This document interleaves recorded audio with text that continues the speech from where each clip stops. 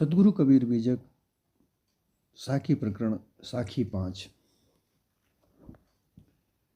शब्द शब्द बहु आंतरे सार शब्द मत लीजे, कहें कबीर जहाँ सार शब्द नए दृग जीवन सो जीजे। इस साखी के द्वारा सदगुरु कबीर सीधा सपाट मानव जीवन के लिए एक चेतावनी सी दे रहे हैं कि हे मानव, ये जो तुम्हें मानव देह मिली है, इस मानव देह को सार शब्द के साथ जियो। और अगर तुम इस मानव देह में आकर सार शब्द के साथ नहीं जी सकते, अपने जीवन को सार्थक जीवन नहीं बना सकते जो कि सार शब्द के साथ ही हो सकता है, तो तुम्हारा जीवन धोखा है, भ्रम है। ऐसे जीवन को जीने से धिक्कार है। सार शब्द बिना मानव जीवन का कोई कल्याण नहीं है। सार शब्द अर्थात सत्य निर्णय का शब्द। सार शब्द निर्णय को नामजा से होवे जीव को काम। निर्णायक शब्द जो सभी प्रकार से सत्य हो, यथार्थ हो और जिसके द्वारा किया गया काम कल्याणकारी हो, जिससे किसी प्रकार का किसी को कष्ट न हो, कार्य करने वाले को भी कष्ट न हो, ऐसा सार शब्द अगर सोच विचार कर कार्य न किया जाए तो ये मानव जीवन किसी प्रकार का नहीं है, किसी प्रकार काम का नहीं है। इसलिए सीधी चेतावनी देते हुए कहते हैं कि तुम इस महान संसार में विभिन्न प्रकार के शब्द हैं। शब्द शब्द बहुआंतरे, बहुत प्रकार के शब्द हैं। इन बहुत प्रकार के शब्दों से बहुत सारी वाणियों का निर्माण हुआ है। बहुत सारे शास्त्र, वेद, पुराण इत्यादि लिखे गए हैं। बाइबल लिखी गई है, कुरान लिखा गया है, मत पंथ ग्रंथ हजारों प्रकार के लिखे गए हैं। ये शब्द से ही तो लिखे गए हैं। अनेक प्रकार के शब्द हैं। इनमें बहुत सारे शब्दों का इनमें भारी मात्रा है, क्योंकि शब्दों के दाव पेच घात अनेक रूप से लगे रहते हैं। जंगलों के कांटेदार वृक्ष की तरह झाड़ी के समान शब्दों का जंगल भी संगन है। जिस प्रकार जंगल में झाड़ियां होती हैं, भयानक कांटेदार झाड़ियां होती हैं, उसी प्रकार से संसार में शब्दों के जंगल बने हुए हैं। और इन जंगलों में मानव जीवन उलझकर पशुआ कर्म में उलझता है। मानव जीवन उसका धिक्कार हो जाता है। एक कल्याणकारी मानव जीवन अकल्याणकारी हो जाता है। प्राचीन काल से लेकर वर्तमान काल तक जितने भी मत पंथों के प्रवर्तक हुए, उन सबने भी रोचक, भयानक और अनुमानित कल्पित ब्रह्मजाल का, शब्द जाल का ही वर्णन किया, प्रचार किया। अनेक रीति नीति से अपने अपने मत पंथ बनाए और सभी अबोध जीवों के अंतःकरण में बिठाया। उनसे मन पर आवरण पर्दा पड़ा और सभी उसी भूल में पड़े हुए हैं। भूल को छुड़ाने वाला सदगुरु कबीर साहब का सत्योपदेश रूप बीजक का सार शब्द है। देखिए, सदगुरु कबीर ने स्पष्ट रूप से कहा, चेतावनी देते हुए, कि जो महाजाल शब्दों का है, इनमें से निकलने के लिए, इनको काटने के लिए सार शब्द ही एक अस्त्र कह दो या साधन कह दो या अपना सुरक्षा कह दो या अपने को जानने का मार्ग समझ लो। ये एक शब्दों के ब्रह्मजाल में से निकालकर सत्य यथार्थ स्वरूप में लेके आने की प्रक्रिया है। जैसा कि शब्दों के ब्रह्मजाल में लोग उलझाकर, जैसा कि पिछली साखी में कहा कि विभिन्न प्रकार के शब्दों में उलझाकर लोग अपने मतपंथ को चलाते हैं। मिथ्या मानिंदियां बनाकर, केवल धन कमाने का जरिया बनाकर एक दुकानदारी चलाते हैं। उनमें यथार्थता कहीं भी नहीं है। विभिन्न प्रकार के मत हैं जिनमें अपनी अपनी अलग अलग मान्यताएं हैं। कोई मत क्या कहता है कोई मत क्या कहता है, कोई मत राम की उपासना करने को कहता है, कोई मत कृष्ण की उपासना करने को कहता है, कोई विष्णु की उपासना कहने को करता है, कोई शंकर महादेव आदिशक्ति दुर्गा कह करके उसकी मतपंथ को बनाने के प्रयास करता है। और इन सभी प्रकार के मतपंथों को बनाकर उनके प्रवर्तकों ने अपनी एक दुकान ही निकाली है। मानव जीवन इस मानव जीवन में आया, अपना जीवन बनाया। मानव जीवन अपना जीवन खुद बनाता है, कोई दूसरा तीसरा आकर के कोई जीवन नहीं बनाता। अब वो जीवन कैसा बनाता है ये अलग बात है। जैसी जैसी वह संगत करता है वैसा ही तो उसका जीवन बनेगा। संगत सार अनेक फल, संगत से अनेक प्रकार के फल होते हैं। जैसी संगत में पड़ता है वो वैसी ही तो संगत करेगा। चोरी जारी हिंसा, इनकी संगत करने वाले चोर लुटेरे हिंसक ही तो बनेंगे। सत्य यथार्थ बोलने वाले की संगत करने वाला सत्य यथार्थ ही बोलेगा। कोई न्यायकारी निर्णयकार है, उसके संगत करने वाला न्यायकारी निर्णयकारी बनेगा। कोई झूठ फरेब की जिंदगी जीता है, झूठ फरेब से अपना जीवन चलाता है, उसके संगत करने से झूठ फरेब ही सीखेगा। और ये जितने भी छल कपट पाखंड हिंसा लूट खसूट मिथ्या बकवास, ये सब शब्दों से ही होती है। शब्द के अलावा और कोई कला इस संसार में नहीं जिसमें व्यवहार किया जाए। व्यवहार हर जगह होता है, चाहे वो व्यापार हो, चाहे वो सत्संग हो, चाहे वो भक्त की कथा हो, चाहे चोरी चकारी हो, कैसा भी हो, अपने अपने लोगों का अपना अपना संसार होता है। इस संसार में विभिन्न प्रकार के संसार हैं। संसार में विभिन्न प्रकार के संसार हैं, आप देख सकते हैं। जो मिथ्या बकवासी लोग होते हैं उनका संसार अपना अलग होता है। जो चोरी करते हैं उनका संसार अपना अलग होता है। जो लुटेरे होते हैं वो उनका अलग संसार होता है। साधु संतों का संसार अपना अलग होता है। मतपंथ को चलाने वाले लोग अपने अपने मतपंथ को चलाने के लिए जो मानदंडियां बनाती हैं, जो वो अपना सिद्धांत बनाते हैं, उनका संसार अलग होता है। इसी प्रकार से इस मानव जीवन में भी कई प्रकार के जीवन हैं। इन सब जीवन में मानव जीवन कहाँ है यही तो पता लगाना है। और इस पता लगाने के लिए मानव जीवन को ये देखना चाहिए कि कौन से जीवन से कल्याण है। मानव जीवन में पशु जीवन भी है, हंस का जीवन भी है, कागवृत्तियां भी हैं, बगुलावतियां भी हैं। ये सब वृत्तियां से जीवन बनता है। काग को ले लीजिए, काग काले रंग का होता है, कोयल भी काले रंग की होती है।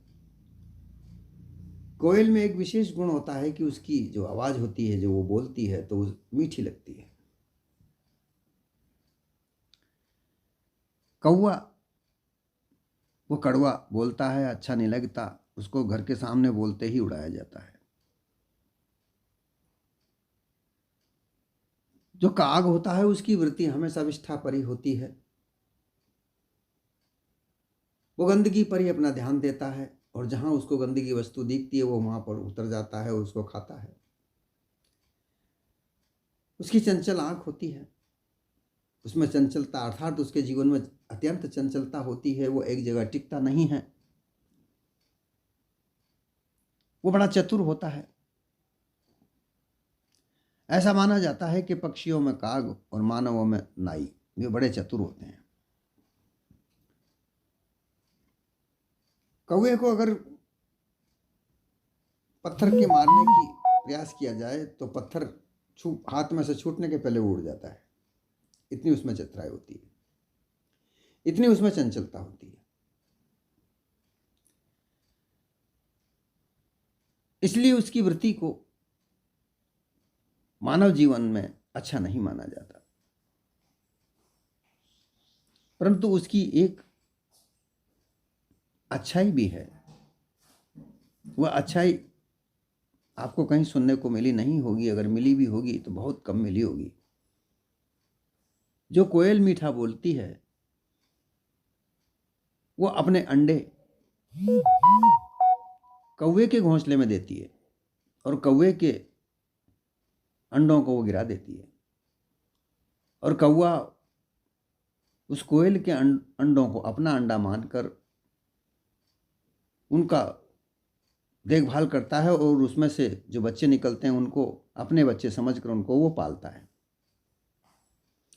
कोयल अपना घोंसला कहीं नहीं बनाती, वो कौवे के घोंसले में अपने अंडे देती है और उसके बच्चे कौवे निकालता है, और जब तक वो उड़ने लायक नहीं होते तब तक वो उनको पालता भी है। यहाँ ये भेद ऐसा है कि कौवे में इतनी चंचलता, इतनी चालाकी, चतुराई होने के बाद भी वह धोखे में पड़ जाता है। क्यों? क्योंकि उनमें रंग भेद परखने की आदत नहीं। उसे तो केवल अपना पेट भरना है, विष्ठा कहीं भी मिले, कैसी भी मिले, वो उसको भक्षण करता है और उसी का वो फायदा उठाकर कोयल अपने बच्चों को, अपने अंडों से बच्चे निकलवाने का कार्य कौवे से करा लेती है। इसी प्रकार से जो कौवे की वृत्ति है उसको अगर मानव धारण करे तो कौवे की तरह चालाक चतुर तो हो सकता है, परंतु वह धोखे में पड़ सकता है। इसी तरीके से बगुला एक सफेद पक्षी होता है, बड़ा शांत साधारण दिखता है,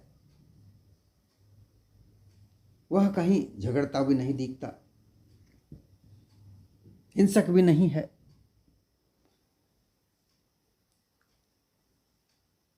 तालाबों में, पोखरों में वह पानी के बीच में भी नहीं बैठता, वह किनारों पर बैठता है और किनारों में बैठकर बड़े शांत मन से बैठा रहता है, परंतु फिर भी मछलियां खा जाता है, क्योंकि वो शांत चित्त से बैठा रहता है और मछलियां समझती हैं कि ये जो पक्षी है ये कुछ नुकसान करने वाला नहीं है, और वह स्वाभाविक रूप से अपनी क्रिया के अनुसार मछलियां उसके पास चली जाती हैं और वह उनको पकड़ के खा जाता है। ये वृत्ति कितनी घोर सूक्ष्म वृत्ति है, परंतु है चालाक, धोखे वाली, धोखा देने वाली, केवल अपना स्वार्थ सिद्ध करने वाली। अपने स्वार्थ को सिद्ध करने के लिए वह कितना शांत हो जाता है। फिर एक हंस आता है, ऐसा हंस जो मोती चुगता है। उस मोती को चुगने के लिए वह समुद्र में रहता है, केवल मोती ही चुगता है। समुद्र, गहरे समुद्र में मिलते हैं मोती, वहां गहराई में वो ढूंढता है, परंतु वह उन मोतियों के आधार में अपनी सुध-बुध खो जाता है। हंस भी मोती का आधार मानकर अपनी सुध-बुध खो जाता है। यहां एक सूक्ष्म कथा है हंस की। एक राजा के एक रोग हुआ, वह रोग किसी से मिटा नहीं। बड़े बड़े वेद बुलाए गए। एक वेद आए, गुणी वेद आए। उन्होंने कहा कि भाई कहीं से हंस मिले तो पकड़ के लाओ। उस हंस की दवा बनाकर राजा के इस रोग पर लगाया जाएगा, वह ठीक हो जाएगा। राजा ने अपने दूतों से कहा कि भाई हंस पकड़ के लाओ, मंगवाओ। जो पक्षी पकड़ने वाले पारधी वगैरह होते हैं, उनसे कहा गया कि भाई हंस पकड़ के लाओ। पहले तो उन्होंने हंसों को ढूंढा, फिर कहीं हंस उनको मिले, परंतु वह बीच में नहीं आते। वह तो बीच में ही रहते हैं, वो किनारे पर नहीं आते। उन्हें पकड़ा कैसे जाए? फिर उन्होंने युक्ति बनाई। राजा से कहा हमें कुछ सोने की थालियां और कुछ मोती दिए जाएं। राजा ने उनके लिए सोने की थालियां और मोती दिलवा दिए गए। उन पारधियों ने उस समुद्र के किनारे पर मोतियों के थाल भर, जो सोने के थाल थे, वो मोतियों से भर के रख दिए। सोने की चमक जैसे ही सूर्य की किरण पड़ी, वो चमकने लगे। उनकी चमक को देखकर हंसों ने कहा वो किनारे पर क्या वस्तु है, चलो देखते हैं। और जो पारधी थे वह वहां पर अपने आप को घास फूस में छुपा कर बैठ गए। ऐसी स्थिति अब मैं, जब हंस वहां पर उस चमक को देखकर चौंक आए, आने के बाद उन्होंने उस थालियों में मोती देखा। मोतियों को देखकर वह ललचाए कि हम मोती गहराई में जाकर ढूंढते हैं, हमारे लिए मोती यहीं पड़े हैं। और वो उन सोने के थालों में मोती खाने लगे, अपनी सुध बुध खोकर। वो मोती का तो आधार होता है ना हंस का। वो अपने मोती खाने लगे और उनके खाने मोतियों को चुगने में वो अपना सुध बुध खो बैठे, और उस सुध बुध को खो जाने के कारण वो पकड़े गए। इसलिए वह हंस भी अपनी सुध बुध मोती के आधार पर खो जाता है, इसलिए उसको हंसा कहा है। हंसा मोती विकानिया भर कंचन के धार, जिनको अपने सुध नहीं उनको कहा पाए। कि जो हंसा मोती के आधार पर बिक जाते हैं, उनको अपनी सुध बुध का पता नहीं रहता, उनका क्या उपाय है। इसलिए हंस, बगुला और कागा की वृत्तियां आज मानव तन में हैं, विद्यमान हैं। मानव तन, मानव जीवन इन तीन वृत्तियों पर आधारित है। वो अपने आप को मानव सद्गुणों के साथ नहीं, हंसा, कागा, बगुला के जीवन को जी रहा है। और इसका जीने का कारण क्या है? केवल धन कमाना। मानव जीवन को केवल धन कमाने का लालच पड़ा हुआ है। उसी के लोभ में, परिवार के मोह में वो ज़्यादा से ज़्यादा धन कमाना चाहता है, और धन कमाकर अपने आप को सामर्थ मानता है, सर्वोच्चता की शिखर पर पाता है। परंतु कुछ ऐसा नहीं है। ज़्यादा से ज़्यादा धन कमाने वाले लोग सर्वोच्चता के शिखर पर नहीं देखे जा सकते। ये मान्यता गलत है कि धन से ही सब कुछ होता हो। हाँ, धन कमाना कोई बुरी बात नहीं है। धन अवश्य कमाना चाहिए, क्योंकि धन एक परम आवश्यक वस्तु है जिससे मानव जीवन के सारे कार्य होते हैं। परंतु इसका ये कारण नहीं होता कि सभी व्यवहारों को, सद्व्यवहारों को, सद्गुणों को त्याग कर केवल धन कमाने में अपना लक्ष्य लगाया जाए और अपने सारे सुध बुध खो दी जाए। यही हंसा की वृत्ति है, जो वह मोती चुगने के आधार पर अपने सुध बुध को खो जाता है और पकड़ने में आ जाता है। बगुला भी स्वार्थ में मछलियां खाता है और वह भी अपने स्वार्थ में ही रहता है। काग की वृत्तियां भी केवल स्वार्थी वृत्तियां हैं, चंचलता की वृत्तियां हैं, भोग वृत्तियां हैं, जिनमें उलझा हुआ अपने जीवन को व्यतीत करता है। इसी तरीके से मानव जीवन में ये वृत्तियां भरमारता से लगी हुई हैं, पर मानव गुण तो अलग ही हैं। मानव गुण को समझने के लिए इसी के लिए साखी कही गई है कि सार शब्द मत लीजिए। कहे कबीर, जहां सार शब्द नहीं दृग जीवन सो जीजिए।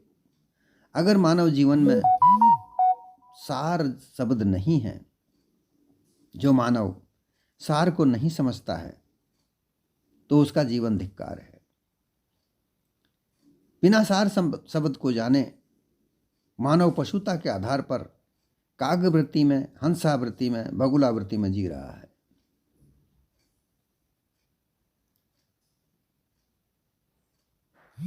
पैसा कमाना कोई बुरी बात नहीं है। शिक्षा ग्रहण करके अपने आप को कलाकार बनाकर, विभिन्न प्रकार की कलाएं हैं, जैसा कि 14 कला कही गई हैं।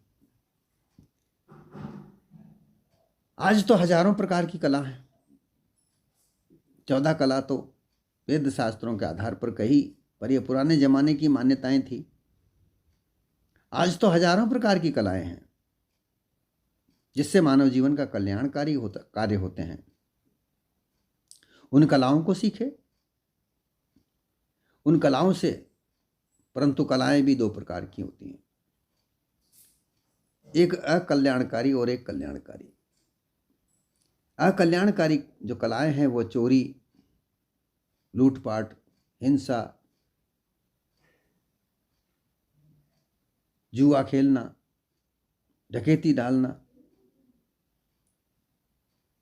ये सब कलाकारियां हैं।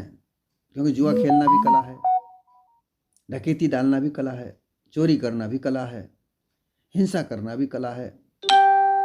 ये सब कलाएं हैं, लेकिन इन कलाओं से किसी भी प्रकार का कल्याण नहीं होता, केवल धन कमाया जाता है और उस धन से व्यभिचार, आचार, दुराचार किया जाता है। जिस प्रकार से धन कमाया जाता है, रास्ते भी उसी प्रकार से उस धन को खर्च करने के होते हैं। और जो कल्याणकारी कलाएं हैं, उनमें हजारों प्रकार की कलाएं हैं।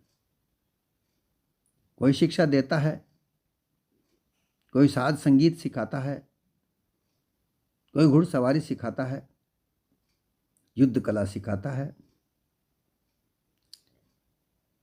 बिजली के कार्य करता है, बिजली के सामान बनाता है, कंप्यूटर बनाता है, कंप्यूटर सिखाता है, दुकानदारियां हैं, व्यापार हैं, सलाहकार हैं। एक विभिन्न प्रकार की जो कलाएं हैं उनको सीखे,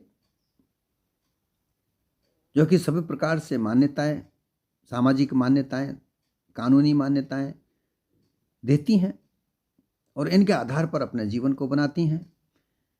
और उनसे जो पैसा मिलता है, उससे जो धन आता है, उस धन से अपने जीवन को चलाए। ऐसे कार्यों से मानव जीवन मानवता से ही चलता है। और जो गैर कानूनी है, सामाजिक, असामाजिक तत्वों की जो कलाएं हैं, उससे मानव जीवन नहीं, पशुआ जीवन चलता है। इन्हीं सबको समझने के लिए सार शब्द को समझने की आवश्यकता है। सार शब्द अर्थात सच बोलना। मानव जीवन का सबसे पहला आधार सच होना चाहिए। वह सच बोले, झूठ कभी नहीं बोले। फिर विचार पूर्वक कार्य करे। जो भी कार्य करे उसको विचारे, आगे पीछे का उसका लाभ हानि का विचार करे। शीलता अर्थात कुशलता धारण करे, नम्रता धारण करे, व्यवहारिकता धारण करे। दया, हमेशा दया का प्रसार हृदय में रखे। दूसरे का दुख अपना दुख माने। हमारे पैर में अगर कांटा चुभता है, जो दर्द हमको होता है वही दर्द दूसरे के पैर में कांटा चुभता है वो होता है। ऐसा मानकर सभी के हमेशा दिल में दया रखे। और फिर धैर्य रखे। लाभ हानि होता रहता है, अच्छे बुरे कार्य होते रहते हैं, अच्छा बुरा समय आता रहता है, उनमें अपने आप को धैर्य के साथ रखे। ऐसा करके ये जो मानव जीवन है ये मानवता की ओर अग्रसर बढ़ता है, मानवता को सुरक्षित रखता है। और जो मानवता को सुरक्षित रखे, मानवता से अपना जीवन व्यवहार करे, यही तो सार शब्द का आधार है। और अगर इन सार शब्दों को नहीं सीखा, क्योंकि विभिन्न प्रकार के शब्द हैं जो झूठ भी हैं, मिथ्या भी हैं, अहंकार के आधार पर भी हैं, लोभ लालच के आधार पर भी हैं, छल कपट के आधार पर भी हैं। उन सब में से सार शब्द को मत लीजिए।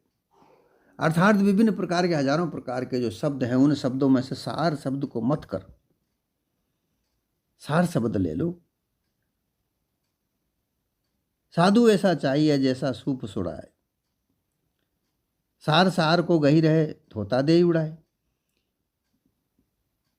साधु अर्थात जो सार शब्द को मथने की जो साधन क्रिया है, ऐसी साधनी चाहिए कि जिस तरीके से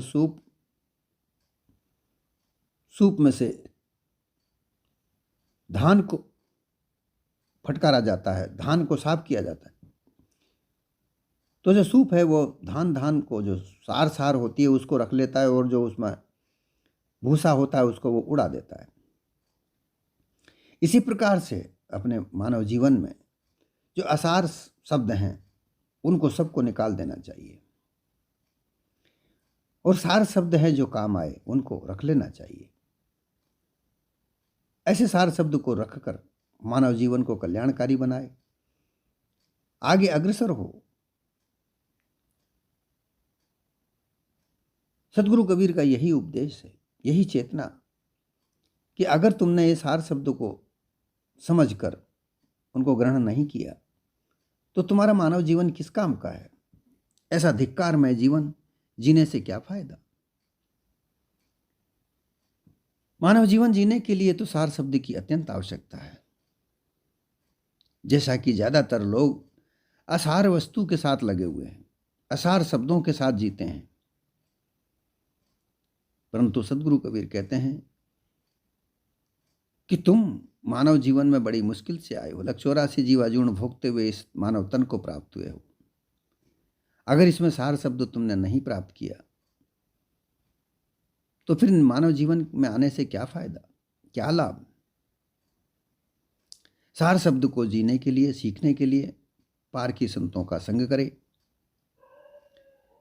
पारखी संतों के साथ ही सार शब्द मिलते हैं, अन्यथा अन्य गुरु प्रपंचियों के यहाँ असार शब्द मिलते हैं। असार शब्दों से मानव जीवन कल्याणकारी नहीं होता। मानव जीवन अपना कल्याण करे, औरों का कल्याण करे और निष्कटंक होकर जिए, निष्कलंक होकर जिए, जहां किसी प्रकार की दुविधा नहीं, जहां किसी प्रकार का आलोचना नहीं, दुर्व्यवहार नहीं, सद्व्यवहार हो। ये सब सद्गुणों के आधार पर ही प्राप्त किया जा सकता है। मानव सद्गुणों को धारण करना ही सार शब्द का आधार है। उनको धारण करने से इस मानव जीवन में कल्याण ही कल्याण उपजता है, और जहां कल्याणकारी नहीं वह जीवन धिक्कार है। ऐसा जीवन बिना सार शब्द का होता है। इसीलिए सदगुरु कबीर ने कहा, कहे कबीर जहाँ सार शब्द नहीं दृढ़ जीवन सो जीजे। सार शब्द के बिना मानव जीवन धिक्कार है।